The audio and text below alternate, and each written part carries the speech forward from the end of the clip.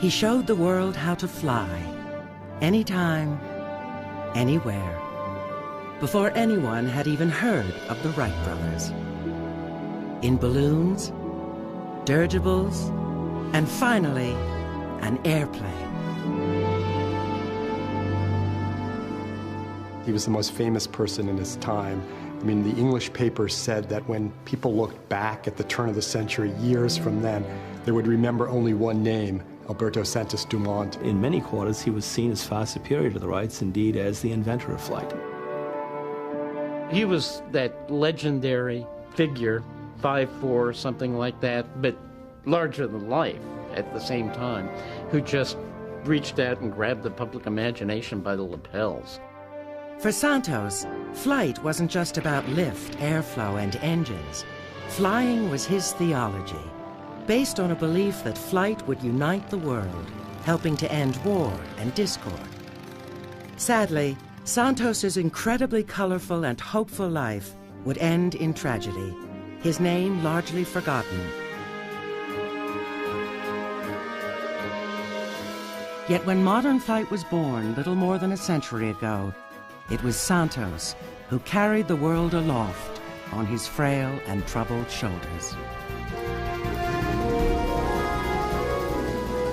Wings of Madness, right now on Nova.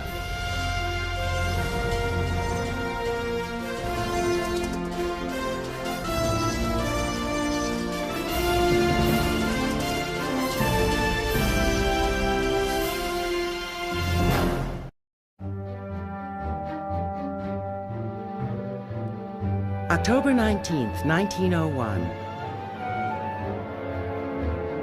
A full 2 years before the Wright brothers would make their historic first flight at Kitty Hawk.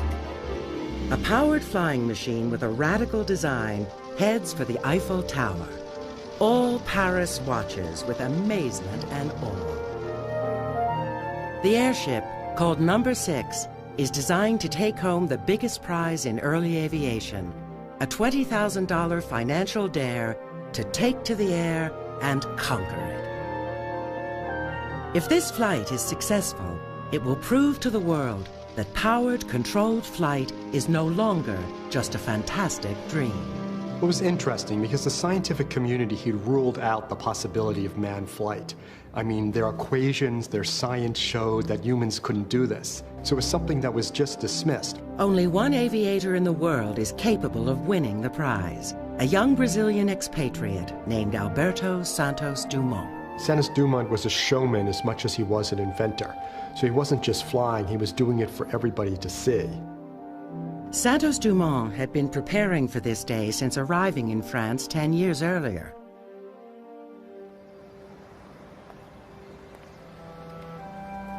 The wealthy son of a Brazilian coffee magnate, the 18-year-old Santos Dumont journeyed to Paris to study the sciences.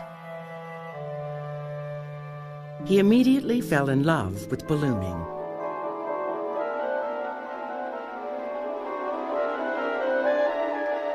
Even designing and flying his own balloons.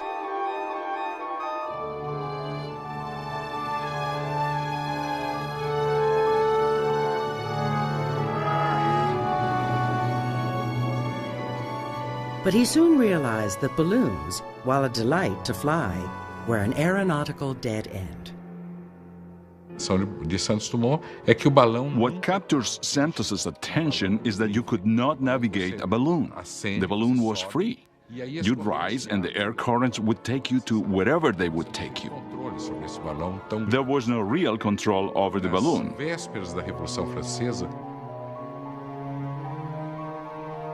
Never shy about his talents, Santos decides to invent the future of aviation, putting all his energy and most of his large inheritance into perfecting a new type of flying machine, called a dirigible, French for capable of being directed. A dirigible is a very different craft than a balloon. First, it has its own power, an engine, to propel it. Second, it has a rudder in the rear to steer it. And finally, its elongated rather than round shape makes the craft more controllable and airworthy. In his book, My Airships, Santos describes how he invented his first dirigible.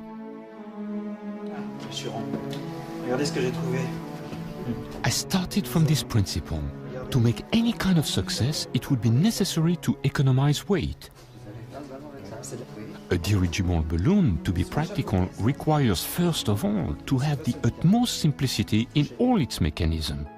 Santos is an artisan and a craftsman. He has a good eye for quality, a good eye for detail, and a good eye for how you can transform and change things. For example, old balloons were the stuff of crude rubberized cloth and basically lashed together ropes, and in some cases a great deal of wood and things of that sort. The core of his innovative engineering ideas: streamline the balloon and use lighter materials. Japanese silk instead of canvas, bamboo instead of heavy wood. There's a statement in aeronautics, simplicate and add lightness. And if you take a look at the work of Santos, I think what's very appealing from an engineering sense is that Santos had an elegance of design. Santos also turns to the pioneering work of French inventor Henri Giffard. In 1852, Giffard mounted a steam engine on an elongated gas bag and rode into the sky. It was the first powered flight in history, but the slightest gust of wind would easily defeat Giffard's underpowered craft. Santos feels that Giffard just had not gone far enough. If I can make a cylindrical balloon long enough and thin enough, it will cut through the air. To provide lift, Santos uses hydrogen, a lighter-than-air gas produced by the chemical reaction between dilute sulfuric acid and iron filings. But the biggest challenge is generating enough power to overcome the wind. For you to have navigability, you need to have speed. Without speed, you are ruled by the wind. So you have to move faster than the wind. The previous experiences had never been very efficient.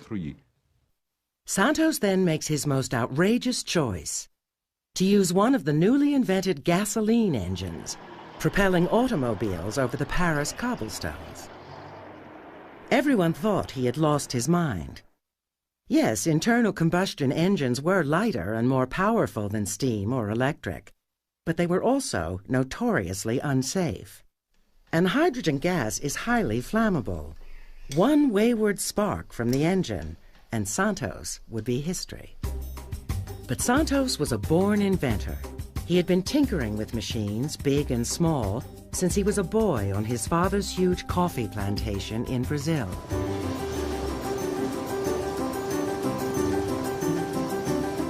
The plantation was a universe of machines, beautiful, logical, and graceful.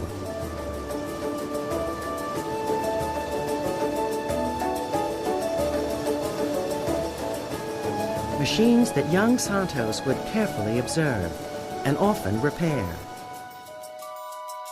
At night, the boy would lose himself in the science fiction of Jules Verne.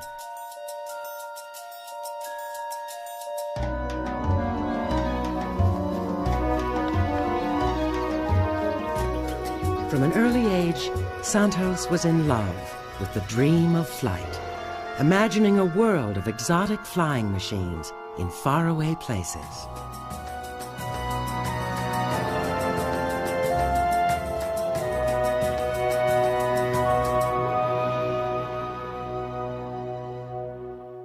But to achieve his childhood dream, Santos needed to find a way to keep sparks from the engine's exhaust from setting his airship on fire.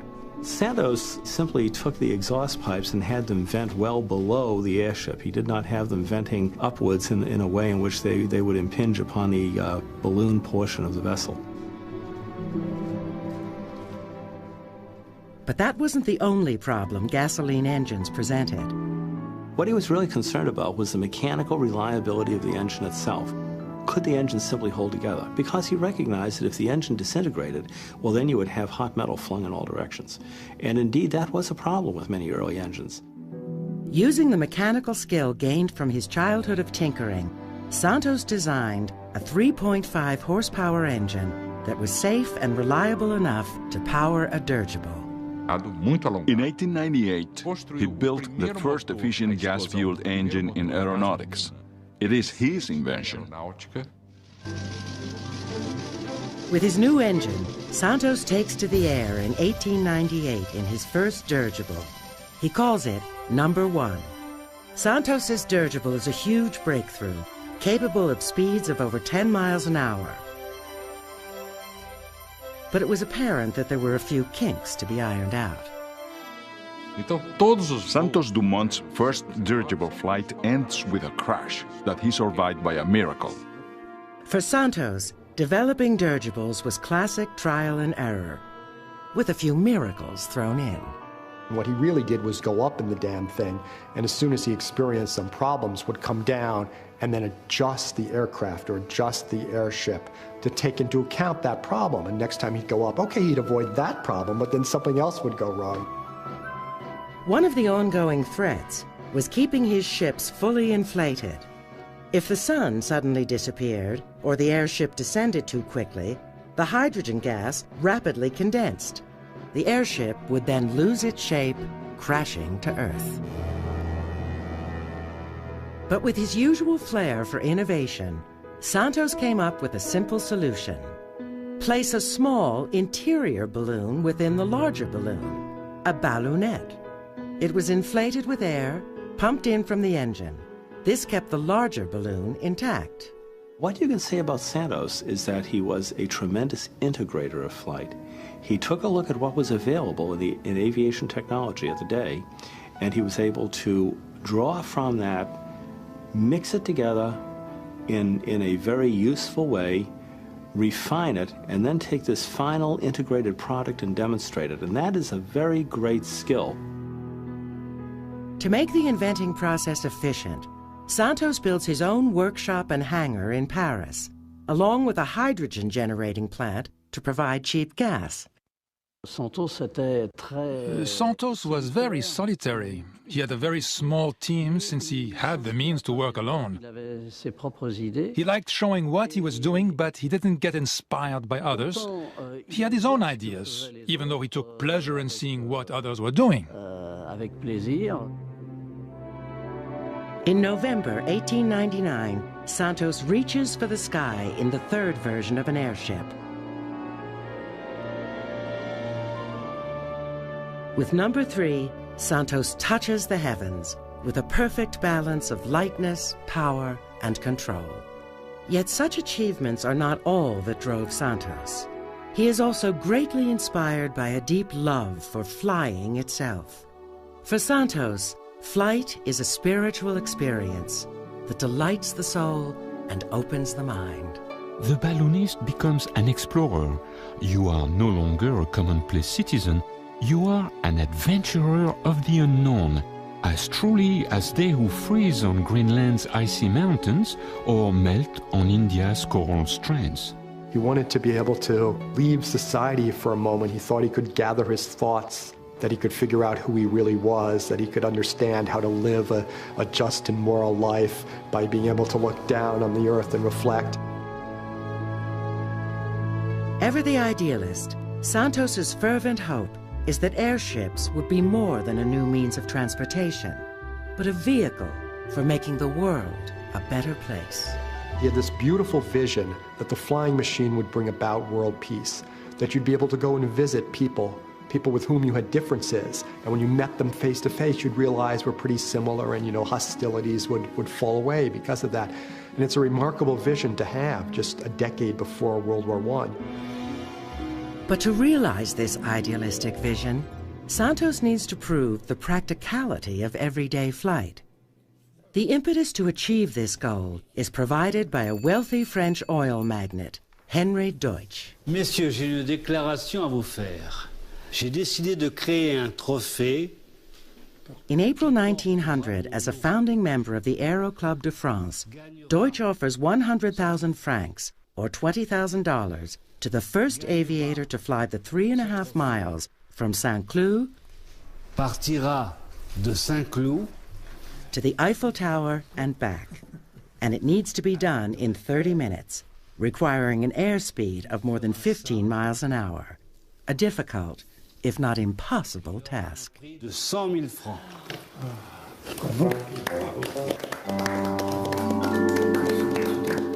This speed was well beyond any airship of the time, even Santos's.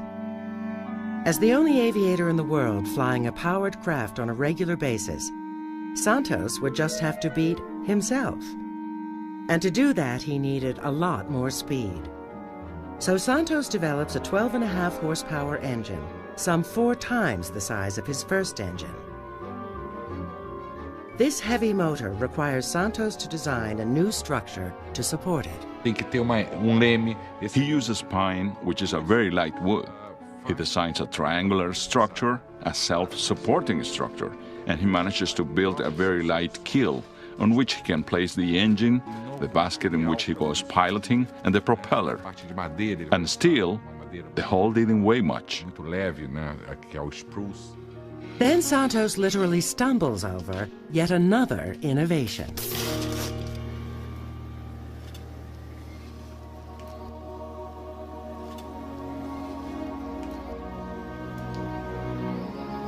There followed what turned out to be an entirely new idea in aeronautics.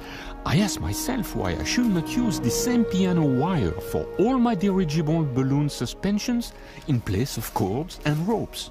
It becomes very important to reduce air friction. As the craft moves forward, it generates friction against the air molecules, resulting in a drag force that works against the craft. He substitutes piano wires, thin steel cables, for the ropes, and with that he manages to reduce the drag. Why is that important? Because he needed to gain speed.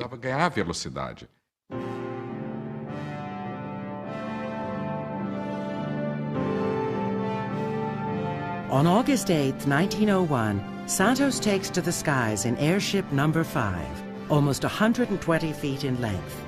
Santos spent more than a year refining number 5 to capture the Deutsch prize. Flight time to the Eiffel Tower is 9 minutes. If he keeps this pace, the Deutsch prize will be his, easily. But his airship starts leaking hydrogen after one of the gas valves breaks. The balloon begins to deflate. Even the balloonette cannot keep the airship aloft. Santos steers for the Seine, a water landing his last best hope. But first, he must get by a Paris hotel looming dead ahead. At the last critical moment, the end of the long balloon that was still full of gas came slapping down on the roof just before clearing it. It exploded with a great noise, exactly like a paper bag struck after being blown up.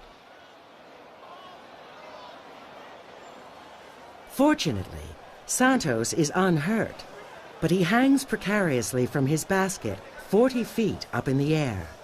Then, as hundreds of admirers watch, Santos clambers to safety on a rope.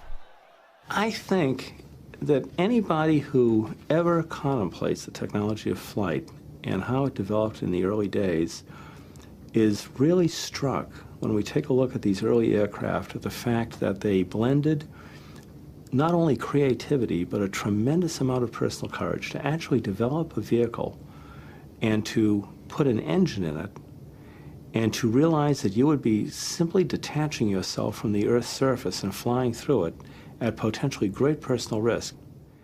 That same day, remarkably unshaken, Santos visits his balloon makers and orders a new airship. He would call it number 6. His new airship underway, Santos finds time to host one of his signature social events.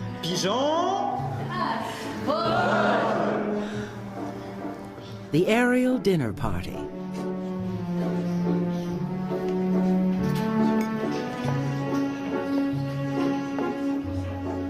A sumptuous feast served on tables and chairs elevated 7 feet in the air. It is a party as unique as the man who gives it.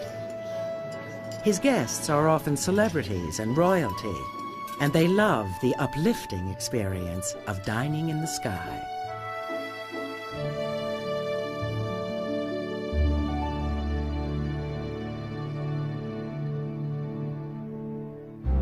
October 19th, 1901, just 2 months after his terrible crash, Santos confounds everyone by taking to the air in his new ship, Number 6. As Santos approaches the Eiffel Tower, thousands of Parisians gather.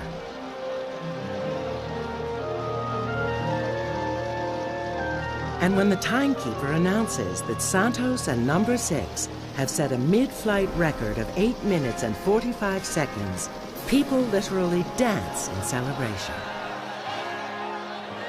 He went around the very tip of the Eiffel Tower in front of the largest crowd that had ever assembled in the world before, and he demonstrated that this thing that scientists said was impossible flight, that it really was possible. But he hasn't made it yet, not even close. Santos still has halfway to go. And it's the hard part, fighting a stiff headwind the whole way.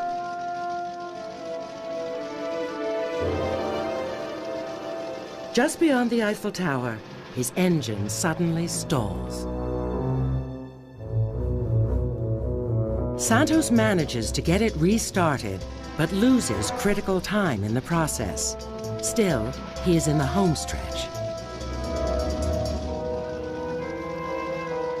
There was one vast clamor. I said to myself that this must be a good sign. But I had no watch and really could not tell anything about it. Overshooting the finish line, Number 6 officially clocks 29 minutes 15 seconds. But unfortunately, another minute and 25 seconds passes before the craft is fully secured.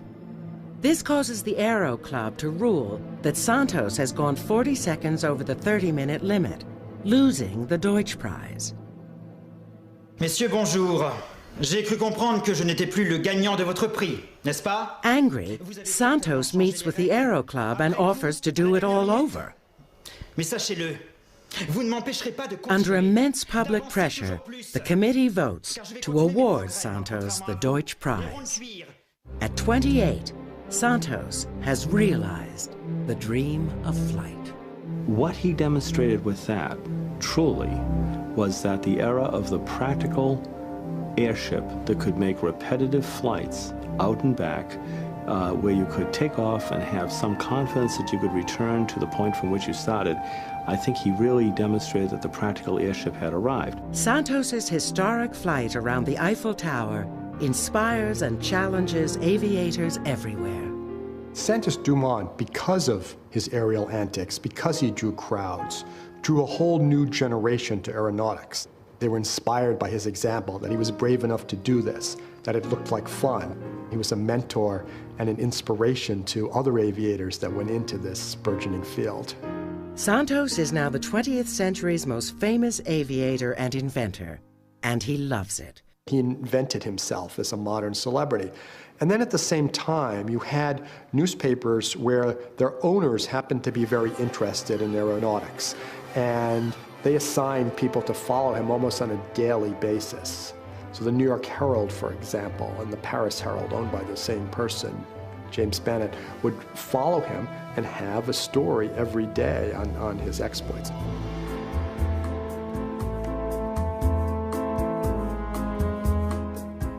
Everybody adores the young aviator.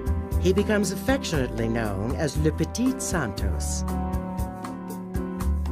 He is so appealing that men across Paris model their hats and clothes after his, even copying the red ties he sports in the air. He was that legendary figure, 5'4", something like that, but larger than life at the same time, who just reached out and grabbed the public imagination by the lapels. For all his public display, Santos keeps his personal life extremely private. He has to. He felt a little bit of an outcast. He was probably bisexual or gay, and this was not acceptable in a country like Brazil, let alone Paris. There were certain aspects of Parisian society, of course, accepted this, but in society as a whole didn't. Whatever conflicts lurk beneath his flamboyant exterior, inventing airships always comes first. With his epic Eiffel Tower flight behind him, Santos sets to work on a new airship, his 9th dirigible. It realizes his personal vision of bringing flight to the masses. Spring 1903. Santos unveils Balladeuse, or the Little Runabout. It is a third the size of number 6, just 35 feet long. For Santos, number 9 is for all intents and purposes an aerial car.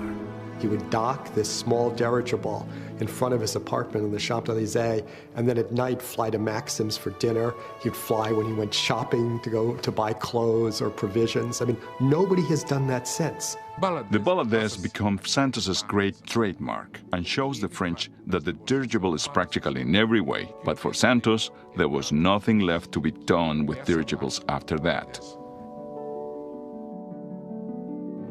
Just as Santos had felt that balloons were a dead end, after number 9, Santos realizes that dirigibles are too subject to the vagaries of weather. They would never fulfill his dream of making flight an everyday reality.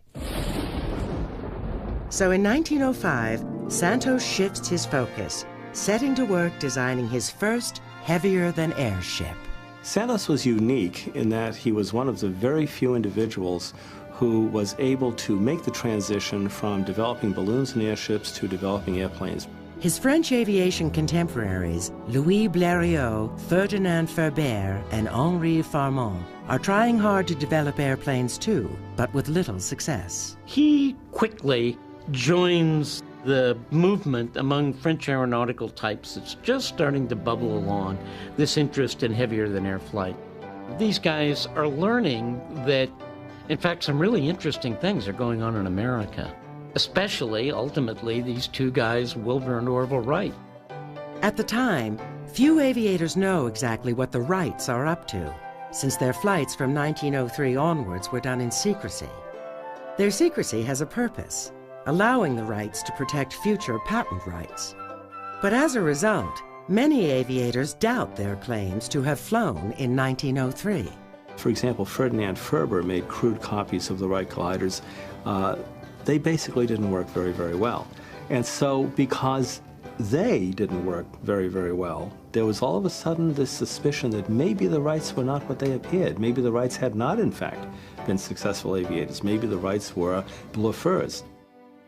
Convinced that aviation's future lays with heavier-than-air machines, Santos is ready to risk his reputation and his life on designing his own airplane. He was nervous, though, that he wouldn't be able to catch up to these other aviators, so for the first time in his life, he started doing his work in semi-secrecy. You know, before that, it was all open. That's because he was leading the pack. Then Santos starts a collaboration with Gabriel Voisin, a gifted 25-year-old French aeronautical engineer. Together, they create a biplane composed of box kites. It's called 14 bis. The box kite design they employ was invented 13 years earlier by Australian scientist Lawrence Hargrave.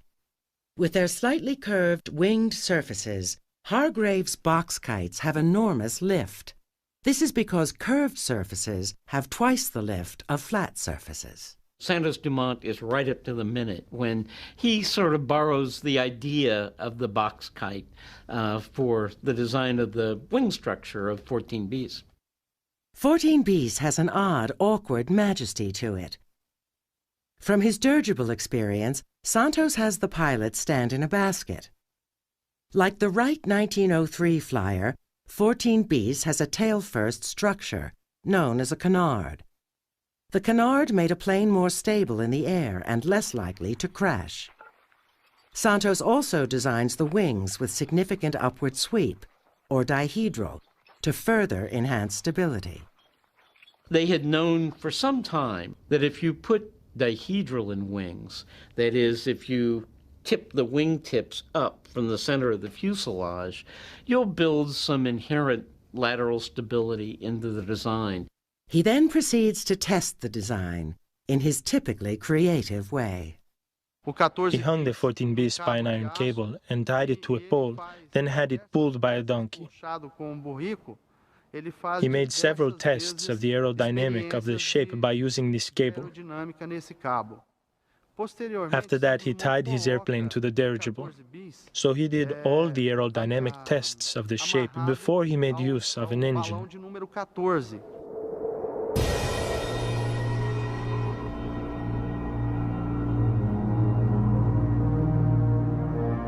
Today, 100 years after Santos built his 14 bis, a team of Brazilian aviation enthusiasts, led by Brazilian businessman Alan Calasa, are building what they hope will be a flying replica. For Calasa and other Brazilians, Santos's legacy has never faded.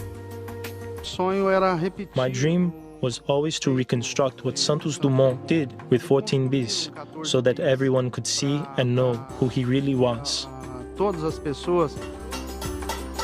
For more than a year, Calasa and his team have painstakingly built their 14 bis, using many of the same materials and techniques as Santos.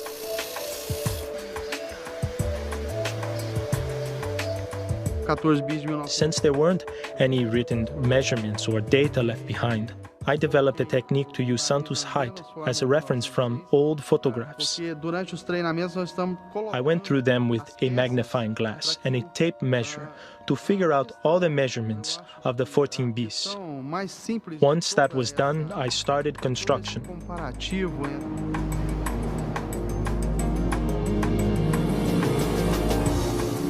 To fly the craft, Calasa needs an ace pilot, somebody as small and as fearless as Santos Dumont.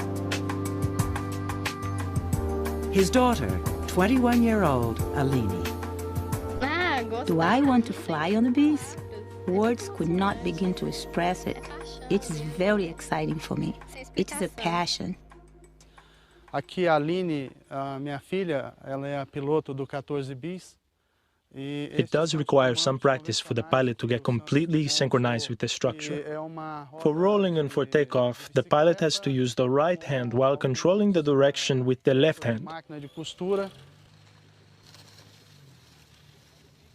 December 2005, the 14 bis replica is now ready for a test flight. But first, Alan and Aline Calasa must wait for the Brazilian weather to clear. Fall 1906, Santos too is anxious to take to the skies in 14 bis. He hopes to claim another prize being offered by the Aero Club de France for the first pilot to fly an airplane 100 meters. Since 1904, the prize has gone unclaimed. No pilot, not even the Wrights, has claimed it. But Santos is in stiff competition with a number of aviators, including Louis Blériot. Few people know more about the 14 bis than Gerald Feltzer, whose Musée de l'Air houses the world's most important collection of Santos's work. The 14 bis is complicated because, first of all, it's a canard design, and because it is very long and not terribly stable. So, when there is a gust of wind, the front of the plane lifts up and completely transforms the aerodynamics of the plane as a whole. You are in a state of permanent instability. A century removed and 5,000 miles from Santos's Paris, the skies in Caldas Novas, Brazil are finally clear. Alan and Aline agree the time is now to prove their 14 bis can fly.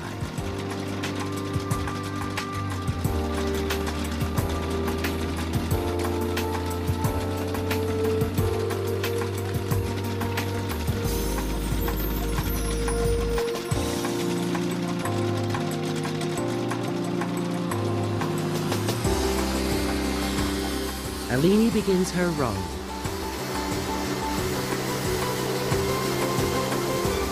Incredibly, the wheels lift. She is airborne. Then truck. An errant crosswind tosses 14 bis off the runway like a leaf. Fortunately, Aline is unhurt. But there will be no more test flights today. November 12, 1906, Santos waits in his 14 bis. Louis Blériot has already tried to fly this day and failed. It's up to Santos now to claim the Aero Club prize.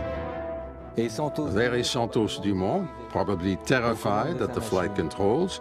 And so he gives it full throttle while people hold back the wings and then they let go. With officials from the Aero Club de France looking on, Santos begins his takeoff roll. And then it happens. He is airborne. The 14 bis travels 722 feet in 21.2 seconds and achieves a height of 15 feet.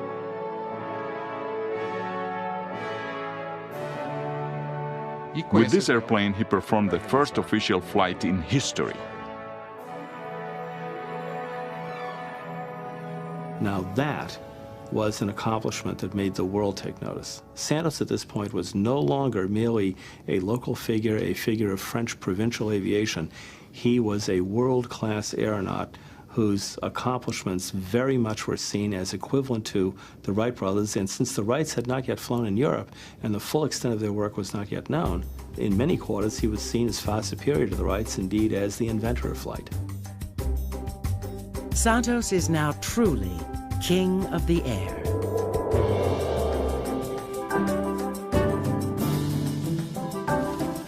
After weeks of waiting, Alan Kalasa is ready to risk his 14 bis once more to see if he can achieve what Santos did 100 years ago. Fearful for his daughter Alini's safety, Alan elects to take the controls.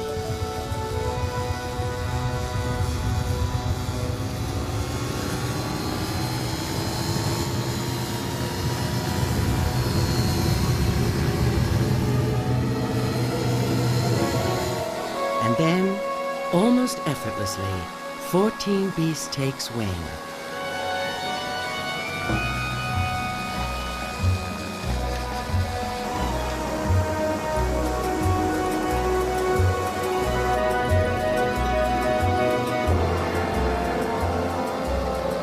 The flight is the ultimate tribute to Alberto Santos Dumont and his innovative design.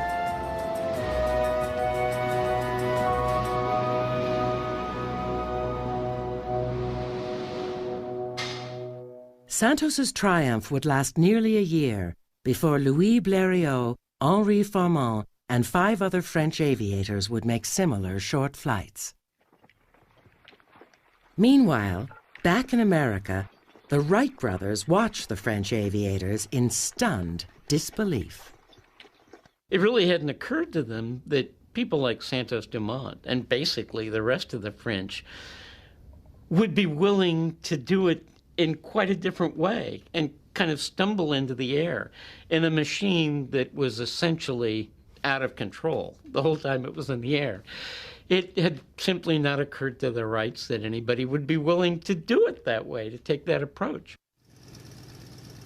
The Wrights' great accomplishment in flight was recognizing that flight wasn't simply a matter of getting off the ground with power and then staying in the air with lift.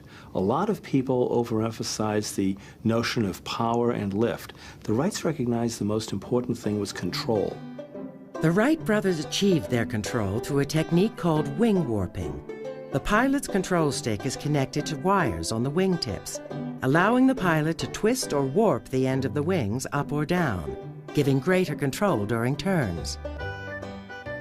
August 8, 1908, the Wright brothers are ready to come out of the shadows. Their patent finally secure, the Wrights are prepared to show that they have the right stuff. And where did they do it? Santos's backyard, France. It is a short flight, but with Wilbur Wright at the controls, the Wright flyer shows complete mastery of the skies. The Wrights quickly become Parisian royalty. Santos is devastated. It was, I must say now, rather a painful experience for me to see, after all my work in dirigibles and heavier-than-air machines, the ingratitude of those who, only a short time ago, covered me in praise. When the Wrights came to Europe and demonstrated the Wright Flyer, both in 1908 and 1909, they had a degree of control over the vehicle and a degree of mastery over the vehicle that was astonishing. Ironically, the Wrights' mastery is very short-lived. By 1909, the French are rushing right past the Wright brothers and everybody else. They've become, suddenly, the real leaders in world aviation. Helping to lead the way, once again, is Santos Dumont. After his huge disappointment at being upstaged by the Wrights, Santos goes back to his workshop. In 1909, a year after Wilbur's first public flight, Santos unveils a new airplane, a monoplane far more advanced than 14 bis, or the Wright Flyer. He calls it Demoiselle, or Dragonfly. One of the great qualities Santos had, unlike many early pioneers, is that he wasn't wedded to a single design configuration. Ironically, the great creators of flight, the Wright brothers, were so wedded to their particular design configuration that it actually hobbled their ability to transform their concept into a successful, marketable airplane. As late as 1915, you could still look at Wright airplanes and see within them that same attempt to hang on to the technology of their original 1903 machine. So his response, as was the case with his little one-person airships, is to build an airplane that's different from the ones his French colleagues are building. It's smaller, it's lighter, and it's aimed at realizing the same dream that he had at the very turn of the century, and that is a personal sort of flying machine. Actually, when one takes a look at the Demoiselle and how it flew and how well it flew, you realize we are looking at the predecessor of basically the modern small general aviation airplane.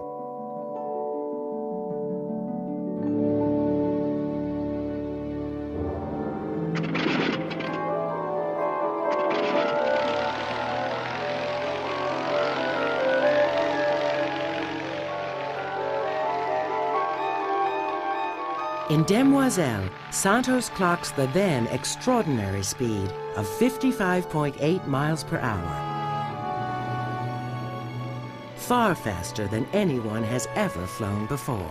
It is a great design because it was sort of the forerunner of what we were going to get. Pilot and collector Dan Taylor has restored a non-flying replica of Demoiselle, part of the collection at the old Rhinebeck Aerodrome, a museum in New York State. So I'm sitting on this little canvas seat. You'll notice that hands kind of like to rest on the wheels. Well, that's my braking action. Most of the pictures you'll see of Santos Dumont flying the Demoiselle, he had leather gloves on. This was the brakes. You grabbed onto the wheel as you were rolling, hopefully to a stop. Pretty remarkable idea.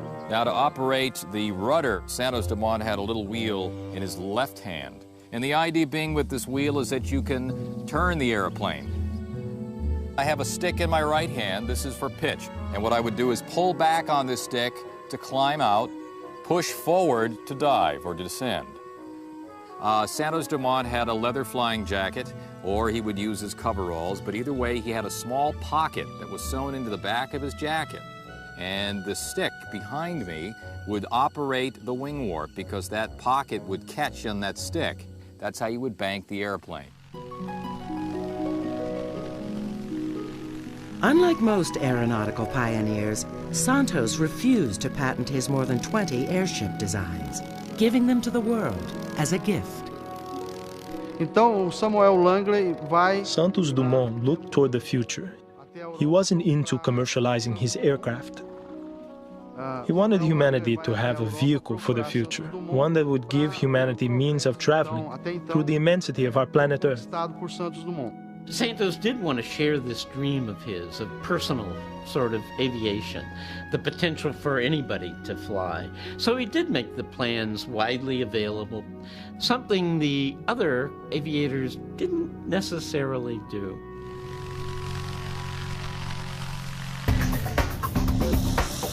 Today, the legacy of Santos's sporty Demoiselle lives on in ultralights, small aerobatic planes that, like the Demoiselle, are personal flying machines.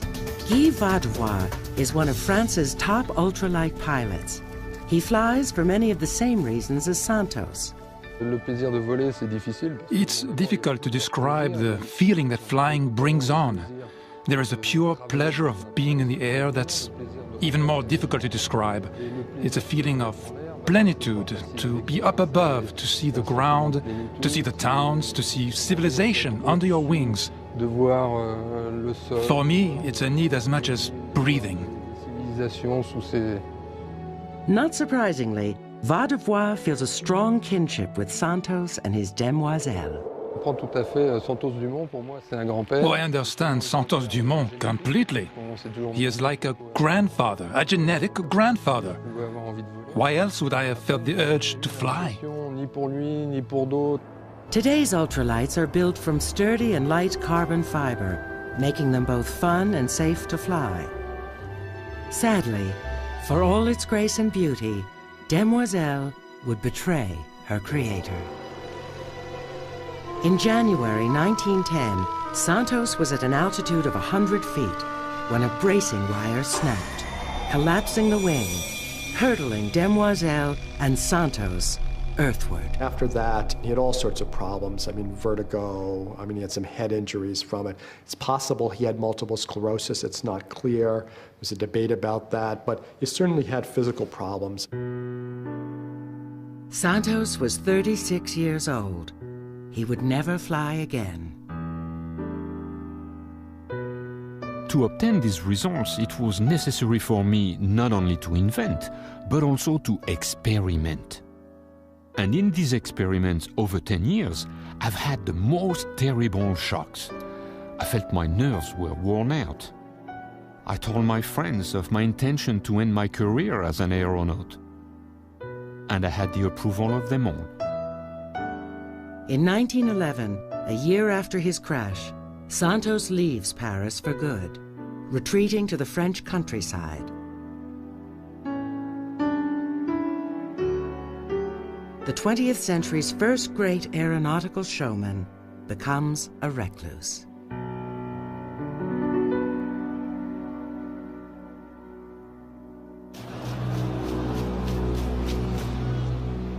Then came the Great War, the first war fought with flying machines. Many of them designed by Santos's French contemporaries, Voisin, Formant, and Blériot. It was not what Santos had in mind for his airships.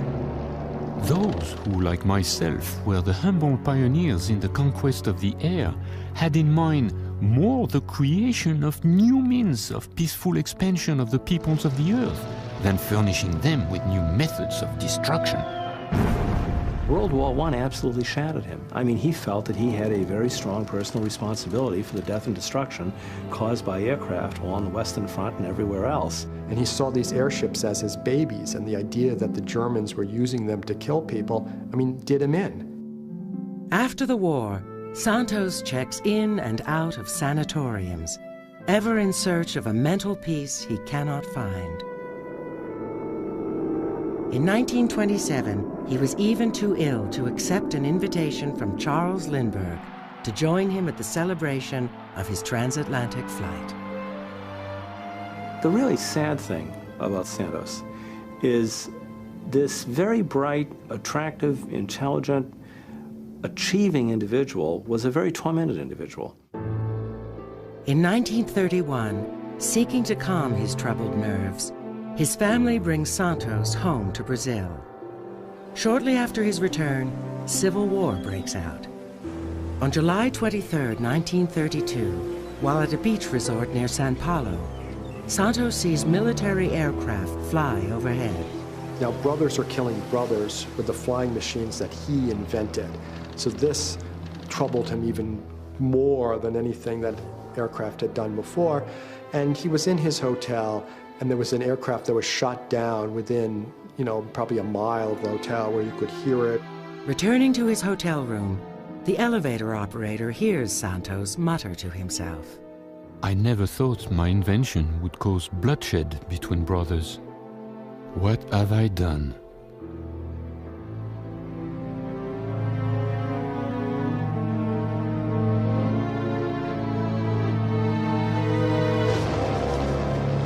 Alberto Santos Dumont, idol of millions, takes his life. But the official verdict is heart attack. No one wants to tarnish the reputation of Brazil's greatest hero.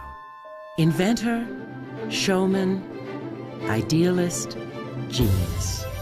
Alberto Santos Dumont inspired a generation of aeronauts to push the limits of their courage and imagination, to do what humans had never done before: fly, anytime, anywhere.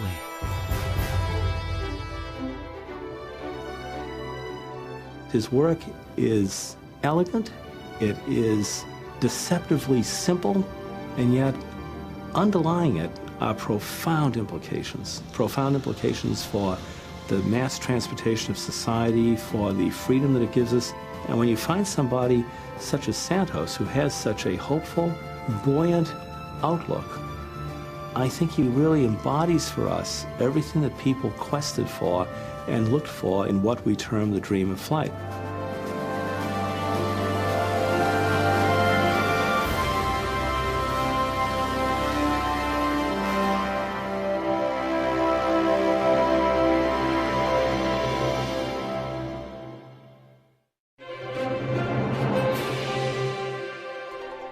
On NOVA's Wings of Madness website, explore some of the most radical aircraft designs of Santos's day. Find it on pbs.org.